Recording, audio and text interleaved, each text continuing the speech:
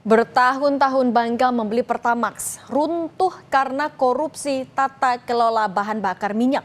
Masyarakat geram, marah dan kecewa ditipu, serta bimbang ingin membeli kembali BBM non-subsidi. Negara juga dirugikan ratusan triliun rupiah. Inilah catatan Kompas TV, bongkar tuntas kasus korupsi Pertamina. Skandal pengoplosan bahan bakar minyak dalam kasus korupsi Pertamina berujung panjang. Ketidakpercayaan masyarakat menguat.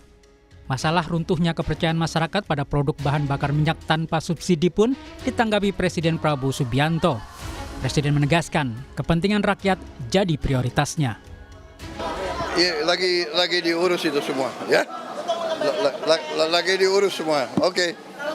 Kita bersihkan, kita tegakkan, kita akan pokoknya membela kepentingan rakyat. Skandal oplosan bahan bakar minyak Pertamina terkuak dari kasus korupsi tata kelola minyak mentah dari 2018 hingga 2023. Sudah ada 9 tersangka dalam kasus ini. Salah satunya adalah Direktur Utama PT Pertamina Patraniaga, Rifa Sihaan. Kejaksaan Agung menyebut Rifa Sihaan sengaja membeli minyak mentah RON 90 yang kemudian diolah dan dicampur menjadi RON 92 atau setara Pertamax. Tersangka RS melakukan pembelian atau pembayaran untuk RON 92. Padahal sebenarnya yang dibeli adalah RON 90 atau lebih rendah, kemudian dilakukan blending di depo untuk menjadi RON 92 dan hal tersebut tidak diperbolehkan atau bertentangan dengan ketentuan yang ada. Kapus Penkum Kejagung Harli Siregar menyebut kerugian negara dalam kasus ini akan lebih besar dari yang sudah diumumkan, yaitu 193,7 triliun rupiah. Sebab kerugian 193,7 triliun rupiah itu baru penghitungan dari tahun 2023 saja. Nah, 193,7 triliun itu di tahun 2023. Di tahun 2023. Ya, 2023. Ya, ada beberapa komponen, kemarin sudah dibaca. Setidaknya ada 5 komponen itu kan. Dari sisi import ya terhadap BBM minyak mentah, kemudian ada dari produk kilang. Nah, ada bentuk kompensasi dan subsidi. Menteri BUMN Erick Thohir membantah pihaknya kecolongan setelah Kejagung mengungkap kasus dugaan korupsi Pertamina Patraniaga. Erick menegaskan Kementerian BUMN akan melakukan evaluasi besar-besaran di lingkungan Pertamina. Ya enggak, kalau kecolongan ya kembali. Kita selama 5 tahun ini kan sudah memperbaiki sistemnya. Bayangkan, laporan keuangan transparan. Kita juga mengkoreksi diri kita sendiri melaporkan kasus-kasus korupsi. Ya tentu pasti ada. Ya dinamika itu ada. ASDP kemarin. Ya ada ini, dulu ada juga ya Garuda, ya itu situasi yang justru gini, jangan justru gara-gara ini kita jadi setback. Pertamina Patraniaga mengklaim tak ada praktik mencampur BBM jenis Pertamax. Perusahaan memastikan bahwa kualitas Pertamax tetap sesuai dengan spesifikasi yang ditetapkan pemerintah, yakni RON 92.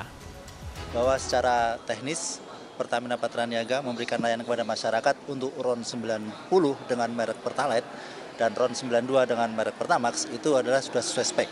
Dan kita menjamin kepada masyarakat bahwa di SPBU yang kita jual adalah sesuai spek.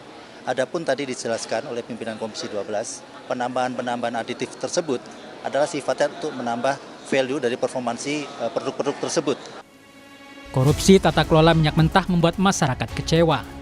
Masyarakat yang berupaya menjadi warga yang baik dan menjaga kendaraan merasa diperlakukan tidak adil. Misalnya di oplos kayak gitu kan merugikan masyarakat juga. Ya, sebab kenapa kalau misalnya di oplos gitu kan jadi kan pengaruh juga sama mesin kendaraan, rusak juga kan. Iya. Jadi saya bilang ya itu sangat merugikan. Kalau kayak kita kan ya disayangkan banget lah Bang. Kita kan beli Pertamax kan untuk ngerawat mesin motor kendaraan kita juga kan. Cuman dengan keadaan seperti ini kita juga jadi ragu-ragu untuk beli Pertamax. Apalagi sekarang kita nggak tahu nih di semua SPBU Pertamax itu dia dioplos atau gimana gitu. Kejaksaan Agung harus mengungkap dugaan korupsi di Pertamina ini hingga tuntas. Kebocoran keuangan negara harus dicegah dan jangan sampai masyarakat pengguna BBM makin dirugikan.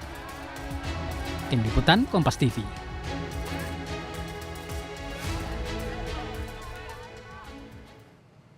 Skandal pengoplosan bahan bakar minyak oleh subholding Pertamina berdampak pada kepercayaan publik. Kekecewaan publik terus menguat setelah terungkap modus pengoplosan dan kong kali kong dalam pengadaan BBM.